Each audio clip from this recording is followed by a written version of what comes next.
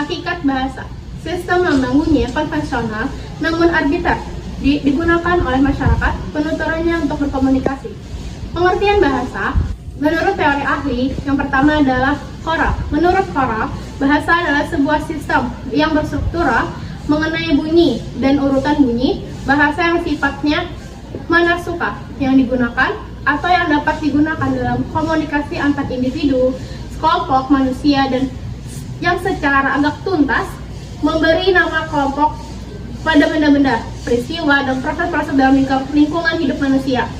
Menurut Ferdinand de Saussure, bahasa adalah ciri pembeda yang sangat menonjol karena dengan bahasa setiap kelompok sosial merasa dirinya sebagai kesatuan yang berbeda dari kelompok yang lainnya. Menurut Frida Laksana, bahasa adalah sistem lambang bunyi yang arbiter yang dipergunakan oleh para anggota kelompok untuk bekerja sama, berkomunikasi, dan mengidentifikasi diri. Menurut William Heffern, bahasa adalah suatu sistem bunyi yang jika digabungkan menurut aturan tertentu menimbulkan arti yang dapat ditangkap oleh semua orang yang berbicara dalam bahasa itu. Selanjutnya adalah ciri-ciri bahasa. Bahasa adalah bunyi. Bunyi pada bahasa atau termasuk lambang bahasa adalah bunyi yang didasarkan oleh alat ucap manusia. Jadi bunyi yang bukan didasarkan oleh alat ucap manusia tidak termasuk bunyi bahasa, tetapi juga tidak semua bunyi yang didasarkan oleh alat ucap manusia termasuk bunyi bahasa. Yang kedua adalah bahasa itu bermakna.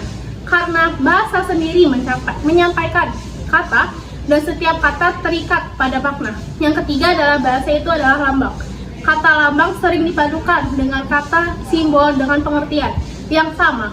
Lambang dengan pembagai seluk-beluknya dikaji orang dalam kegiatan ilmiah dalam bidang kajian yang disebut ilmu semiotika dan semiologi, yaitu ilmu yang mempelajari tanda-tanda yang dapat dalam kehidupan manusia termasuk bahasa.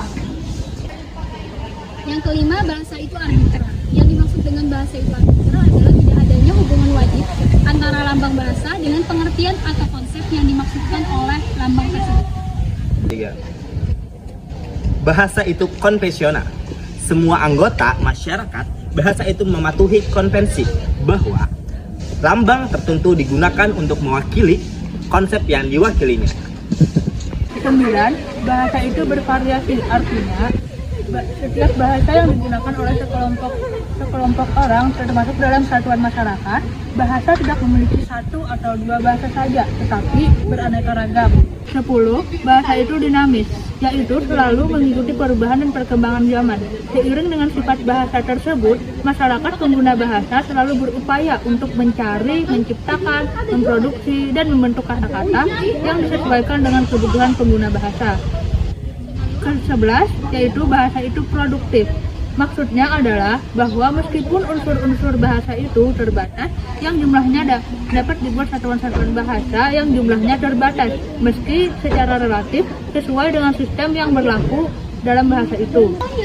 Yang terakhir yaitu bahasa itu manusiawi, yaitu apa yang dibicarakan di muka, sistem manasuka, ujaran, simbol, dan komunikasi itu adalah suatu kekayaan yang hanya dimiliki umat manusia.